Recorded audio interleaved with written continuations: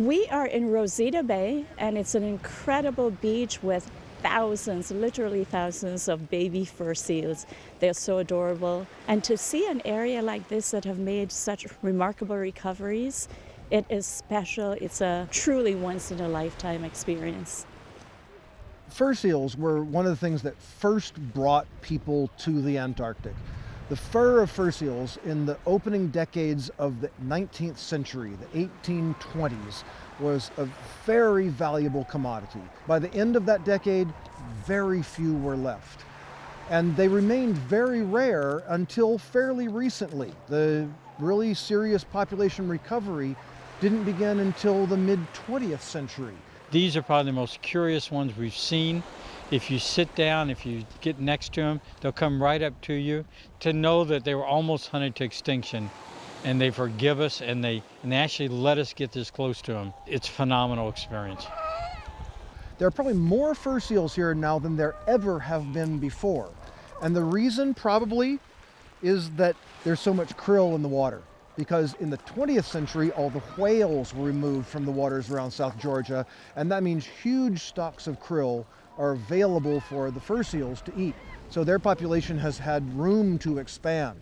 The problem that these seals face is that the population has very low genetic diversity after the population bottleneck in the 19th century.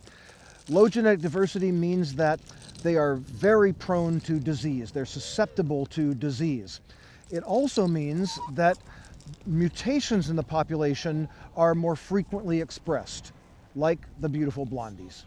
I think they're very rare, something like 1 in 1,000. They stand out and you can see them for a great distance, and they're just as active and cute. They explained to us that he was not an albino, that it's just that he doesn't have color in his fur, but he does have color in his eyes, and they're really, really adorable. Definitely worth the trip just to see him. About 1 out of 1,000 pups born here have a mutation in which they don't make any melanin pigments. They do make other pigments that give them kind of a dirty yellow color, which really it's kind of pretty. I mean, dirty yellow is maybe not the best term for it, but the mutation is called an Isabeline coloring. Isabeline horses are known. There are Isabeline penguins that we've seen sometimes, and it refers to this grayish yellow color. The name comes from a European princess who, when her husband went off to war, promised that she would not change her undergarments until he returned victorious. Of course, she thought this would be a few days, maybe a week. It was a big sacrifice for a princess to go without clean undergarments for a few days. Well, it took him 3 years before he came back.